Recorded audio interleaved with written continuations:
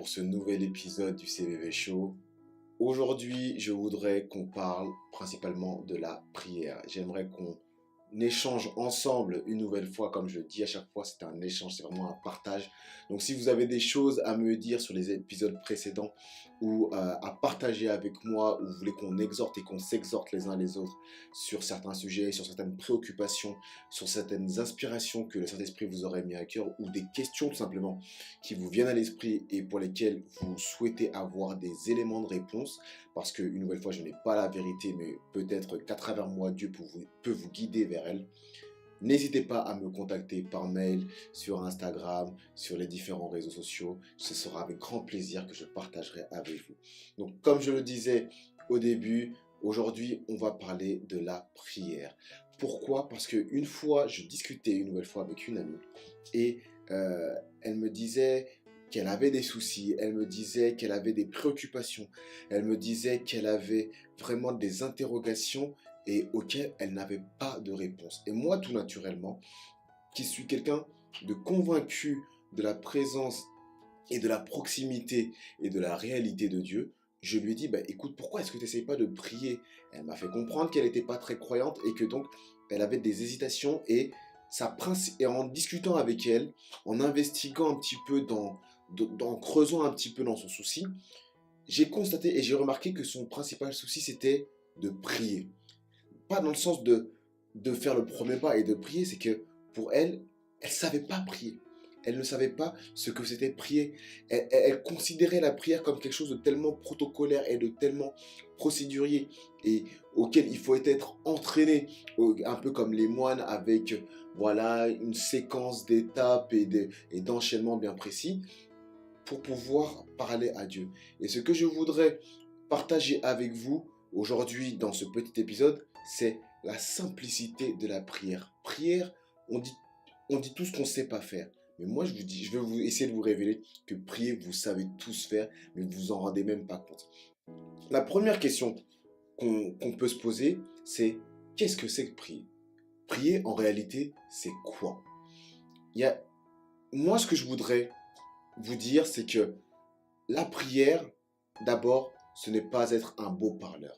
La prière n'est pas euh, un enchaînement de sémantique et de beau vocabulaire.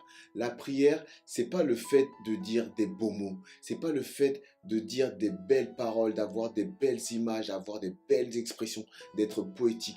La vraie prière, ce n'est pas ça.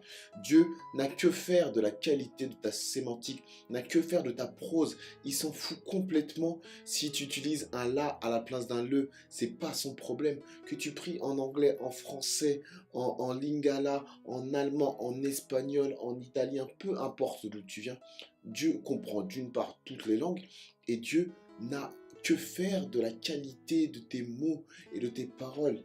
La Bible dit dans le livre de Matthieu chapitre 6 au verset 7, en priant, ne multipliez pas de vaines paroles comme les païens qui s'imaginent qu'à force de paroles, ils seront exaucés. Prier, c'est simple, ça doit être simple, ça doit être profond, ça doit être sincère.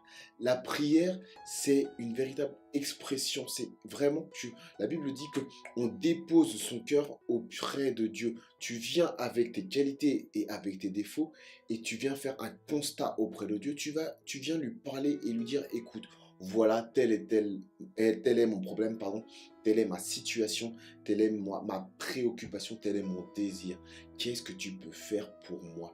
Il n'a pas besoin que tu fasses un petit peu comme le corbeau et le renard, que tu te mettes à le vanter, que tu te mettes un petit peu à le charmer, que tu te mettes à le séduire. Non, Dieu, il a besoin de ton honnêteté et de ta sincérité, de ta transparence dans ta prière. Prier, ce n'est pas s'exhiber ou montrer aux hommes afin d'avoir leur admiration. Prier, c'est un moyen que tu as pour t'exprimer envers ton Dieu, pour t'approcher de ton Dieu, pour entrer réellement et concrètement en communion, en communication, en connexion avec ton Dieu. Ta prière, si tu veux, c'est un petit peu ton smartphone. Tu le prends, tu l'allumes et paf, tu surfes. Et paf, tu as des informations. Et paf, tu peux avoir accès à des outils. et faire plusieurs choses. Et bien, prier doit être également cela. Ça doit être ton téléphone que tu décroches et quand tu composes le numéro, au bout du fil, il y a toujours, et c'est ça qui est important, et c'est ça qui est agréable avec la prière, il y a toujours quelqu'un qui te dira, allô, oui, c'est ton Dieu, oui, c'est ton Papa céleste. Alors, prier, c'est une conversation avec ton Dieu, mais surtout une conversation intime, dans le sens où ta prière doit être secrète. Il n'y a pas de souci dans le fait que les gens sachent que tu pries. Là n'est pas le sujet. Mais ta prière doit être secrète. Ta prière doit être intime. Les gens n'ont pas besoin de savoir. La prière fait partie de ta vie privée. De la même manière, ce qui se passe entre toi et ta femme, ça ne regarde que toi et ça ne regarde que ta femme. Ce qui se passe entre Dieu et toi, ça ne regarde que vous deux. Les gens n'ont pas besoin de savoir. Tu n'as pas besoin d'exhiber ta vie privée. Tu n'as pas besoin d'exhiber ta nudité sur les réseaux sociaux ou sur quoi qu'est-ce. Donc ta prière, ça doit être pareil. C'est quelque chose d'extrêmement intime. Prier, comme je le disais, c'est être à l'encontre, c'est être en face de Dieu, c'est être vraiment en communion et en communication avec lui. Si tu veux, pour imager simplement la prière, c'est comme si tu avais quelque chose à dire à un de tes parents, à ton papa, et tu dis, excuse-moi, papa, je peux te parler 2 minutes? Et bien, prier, c'est exactement ça. C'est faire ce pas-là vers Dieu, solliciter sa présence, solliciter son attention. Et qu'est-ce que Dieu fait? Parce qu'il t'aime, parce qu'il a à cœur de savoir ce qui te préoccupe et de résoudre, d'apporter la solution pour cela. Qu'est-ce qu'il fait? Il met tout de côté, il arrête ce qu'il est en train de faire et il dit, écoute, vas-y, je t'écoute. Il se met à disposition pour toi. Il est là vraiment, il abandonne toutes ses activités et il dit, ok mon fils, ok ma fille, vas-y je t'écoute, qu'est-ce qui se passe? Qu'est-ce que tu voulais me dire? Et là, tu décharges ton cœur. La Bible dit dans Matthieu 6,6 une nouvelle fois, mais quand tu pries, entre dans ta chambre, ferme ta porte et prie ton Père qui est là, dans le lieu secret, et ton Père qui voit dans le secret te le rendra. Ferme ta porte et prie ton Père qui est là, dans le lieu secret. Donc Dieu est réellement présent quand tu le pries. C'est ça que tu dois croire, c'est ça que tu dois réaliser, c'est ça que tu dois comprendre. Prier, c'est pas comme si tu parlais en l'air juste pour décharger un petit peu ton stress, ton émotion. Non, quoi. Non, c'est pas ça. C'est une réelle communication. Peut-être qu'effectivement, physiquement, tu ne le vois pas, tu ne le palpes pas, mais sache que spirituellement, il est concrètement et il est réellement là. Quand tu pries, tu parles à quelqu'un et tu parles pas à n'importe qui, tu parles à ton Papa Céleste et il t'écoute. C'est ça qui est important que tu dois comprendre, c'est que on a tendance à considérer et à faire en sorte que la prière soit protocolaire parce que Dieu est tellement grand, Dieu est tellement puissant qu'on a humainement l'idée ou la conception où on se dit que on le dérange. Dieu, c'est pas Emmanuel Macron.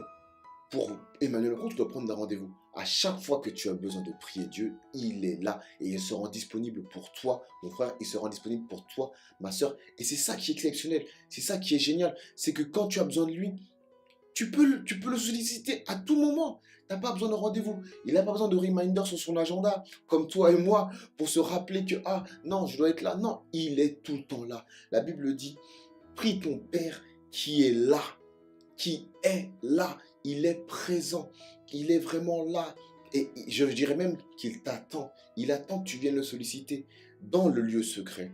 Et ton Père qui voit dans le secret te le rendra. Donc une nouvelle fois, la prière, c'est un moyen de communication, un moyen de communion, un moyen de connexion, un moyen de partage et d'échange avec ton Dieu. Et c'est également quelque chose d'intime et de secret qui se passe entre toi et ton Dieu uniquement. Les gens n'ont pas besoin de savoir. Tu n'as pas besoin de t'exhiber. Tu n'as pas besoin de vaines paroles. Tu n'as pas besoin de montrer que tu pries. Non, prie simplement et sincèrement et ton Dieu t'écoute. Ton Dieu se rend présent et il est là pour toi. Maintenant, d'un point de vue très procédurier, comme je l'ai dit, comment prier? Là, vous êtes en train de vous dire, ok, j'ai envie de prier, j'ai envie de parler avec Dieu et de recevoir sa réponse et d'avoir la sensation effectivement d'avoir sa réponse, mais comment est-ce que je peux faire pour prier? Moi, j'ai jamais prié, je sais pas, je suis pas moine, je suis pas pasteur, je suis pas évangéliste, comment est-ce que je peux prier? Dans Matthieu 6, versets 9 à 13, il y a le fameux Notre Père qui es aux cieux. En fait, l'apôtre Matthieu donne un modèle de prière pour pouvoir s'adresser à Dieu. Mais il ne dit pas c'est le seul et unique modèle, la seule et unique façon, la seule et unique manière de prier. Il dit voici comment vous devriez prier. Et il donne des exemples, il donne un modèle de prière qui est toujours valable aujourd'hui, je le rappelle, mais qui n'est pas le seul moyen. Je veux dire par là que si toi tu as envie de prier d'une autre manière, tant qu'elle est sincère, tant qu'elle est vraie avec ton Dieu, fais-le. Fais-le, il n'y a pas de souci. Parce que Dieu lui-même, et on va le lire ensemble, Dieu lui-même a plusieurs moyens pour discuter et pour échanger avec ses enfants. La Bible dit, dans le livre de Job, chapitre 33, au verset 14, Dieu parle cependant, tantôt d'une manière, tantôt d'une autre, et l'on n'y prend point garde. Il parle par des songes, par des visions nocturnes, etc., etc. Donc, à ce moment-là, Job, ce qu'il est en train de dire, c'est que Dieu, certes, il est unique, mais ses manières de communiquer avec nous sont multiples. Et je dirais même plus que ses manières de communiquer avec nous sont uniquement multiples en fonction de chacun d'entre nous. De la même manière que toi et moi, on va connaître la même personne, mais notre façon de discuter et de communier et d'échanger avec cette même personne dépend de nous-mêmes, de notre individualité et de la relation qu'on a créée avec cette même personne que nous, on a en commun. Toi, tu la connais, moi, je la connais, mais moi, je suis différent de toi et ma relation de moi avec cette personne et de toi avec cette personne est également et par conséquent différente. Et c'est pour ça que Dieu, il peut te parler à toi d'une manière et il ne va pas parler à la personne qui est à côté de toi de la même façon. Entre deux jumeaux, Dieu peut parler de manière totalement différente et distincte. Il peut te parler, comme on l'a lu, par des songes, par des rêves. Il peut aussi te parler à travers des personnes. Par exemple, dans l'Ancien Testament, Dieu amenait et indiquait ses commandements à travers des hommes qui sont les prophètes. D'ailleurs, petite parenthèse par rapport à ça, parce qu'il y a une fausse définition, un gros amalgame par rapport au ministère de la prophétie qui n'est pas un ministère divinatoire. Le ministère de prophète, c'est un ministère de transmission de messages. Avant qu'il y ait des rois dans le peuple d'Israël pour gouverner les humains, c'était les prophètes qui, directement connectés et en communication avec Dieu, transmettaient les messages de Dieu au peuple et ils devaient s'y appliquer. Les ordonnances, la gouvernance du peuple était directement émise et émanante de Dieu à travers les prophètes. Ils étaient là pour amener le message et pour faire en sorte, et pour être les garants, en gros, que le peuple exécutait bien ce que Dieu voulait et attendait d'eux. Et non pas, et ce ne sont pas des divins, ce ne sont pas des voyants, non. Même si effectivement, la manière peut avoir l'impression d'être divinatoire, mais je tiens à préciser une chose, que le ministère de prophétie n'est pas un ministère de voyance ou de divination, pas du tout, ça n'a rien à voir avec ça. Amen. Il peut aussi, Dieu nous parler, comme je disais, je parlais des différentes manières de rentrer en communication avec nous. Dieu peut nous parler également par des signes, par des choses, par des évolutions qui soient naturelles. Il n'y a qu'à voir avec les rois mages qui suivaient une étoile pour être guidés vers là où était l'enfant Jésus pour sa naissance et pour aller l'adorer. C'est aussi un moyen de communication, c'est aussi un moyen de dire à ces rois mages-là que pour rejoindre Jésus, il faut aller par là, par là. Ça peut être aussi un moyen de communication. Il y en a plusieurs, mais une fois de plus, ce qui est important dans la prière, c'est la sincérité de celle-ci. On va lire un passage dans la Bible, une nouvelle fois. De toute façon, vous allez vite le comprendre et je pense que vous avez commencé à le comprendre pour ceux qui commencent à suivre les différents épisodes. C'est que tout ce que j'essaye de vous transmettre est sur base de la Bible. Ce sont des explications à partir de la Bible. Dans Proverbes au chapitre 11 au verset 20, la Bible dit ceci. Ceux qui ont le cœur pervers sont en abomination à l'Éternel, mais ceux dont la voix est intègre lui sont agréables. En gros, qu'est-ce que Dieu veut nous faire comprendre par là?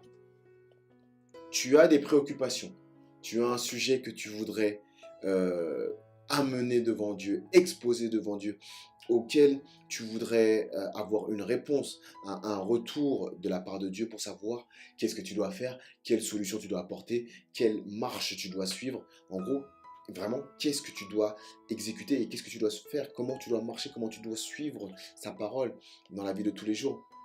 Et ce que Dieu regarde, ce que Dieu écoute, ce n'est une nouvelle fois pas la qualité de tes mots, ce n'est pas la richesse de ton vocabulaire, ce n'est pas la poésie de ta prose, mais c'est la sincérité de ton cœur. Je veux dire une chose très simple et qui, je pense, sera très imagée pour vous aussi. Les muets prient. Les muets prient et ils prient avec leur cœur. Et Dieu écoute également ce qu'ils leur disent. Et ton cœur, c'est ton cœur qui doit être sincère. Ton cœur doit être transparent. Ton cœur doit être à nu lorsque tu viens t'exprimer auprès de Dieu. Moi, il m'arrive souvent de prier et des fois même dans ma prière, je me dis, non Seigneur, excuse-moi, tu sais très bien qu'au fond de mon cœur, c'est pas ça. Et je dis réellement et je dis concrètement ce que j'ai au fond du cœur et je déverse ce qui est au fond de mon cœur transparent parce que tu ne peux rien cacher à ton Dieu et surtout il ne veut pas que tu lui caches quoi que ce soit. Il veut que votre relation soit basée sur la confiance, soit basée sur l'honnêteté, soit basée sur la réelle transparence.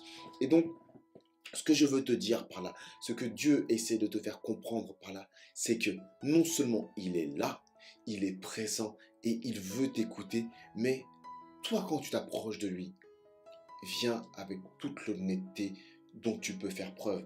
Présente-toi simplement en disant, papa, écoute, je suis là, mon problème c'est celui-ci, c'est celui-ci, c'est celui-là. Il est tel, tel, tel, tel, tel, tel, tel, tel, tel. Ma préoccupation, c'est celle-ci, c'est la voilà. Ce que mon cœur désire, c'est ça, c'est ça. Même, je dirais même dans, dans ton vocabulaire avec Dieu. Parle-lui comme si tu parlais avec ton frère, avec ton pote, avec ton père, avec ta mère. Tutoie-le dans la Bible, dans les prières, dans le livre, donc dans le livre de Matthieu chapitre 6, il tutoie Dieu.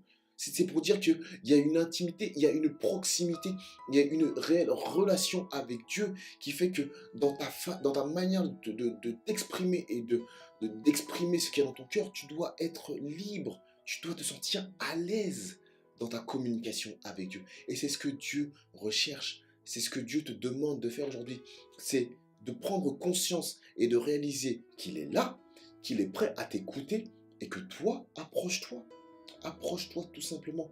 Ne fais pas comme Adam. Va pas te cacher de ta nudité. Parce qu'une nouvelle fois, Dieu va te recouvrir de sa grâce et de son amour. Toi, viens tout simplement avec ce que tu as sur le cœur. En disant, écoute, papa, ça va pas. Papa, voilà mon souci, voilà mon problème. Et ton Dieu est là. Et il t'apportera la solution. N'hésite pas à aller le solliciter. Ne crois pas que tu le déranges. Ne crois pas que tu lui fais perdre son temps. Ne crois surtout pas qu'il est indisponible. Parce que ton Dieu est réellement et il est là. Et il veut que tu lui parles. Ok? Alors, j'espère que tu vas de plus en plus rentrer en communion, en communication avec ton Dieu. Parce que lui, tout ce qu'il demande, c'est que tu chattes et que tu discutes avec lui. Alors, sens-toi libre, sens-toi vraiment léger et légère, dans ta communication et dans ta communion avec Dieu. Et n'hésite pas à lui dire tout simplement ce que tu as sur le cœur et ce qui préoccupe tes pensées. Et je peux te dire une chose, c'est que non seulement il va t'apporter la solution, mais en plus toi, dans ta vie de tous les jours, tu seras plus libéré et beaucoup plus heureuse parce que Dieu t'écoute. Sois béni, on se retrouve très prochainement pour un nouvel épisode. À très bientôt.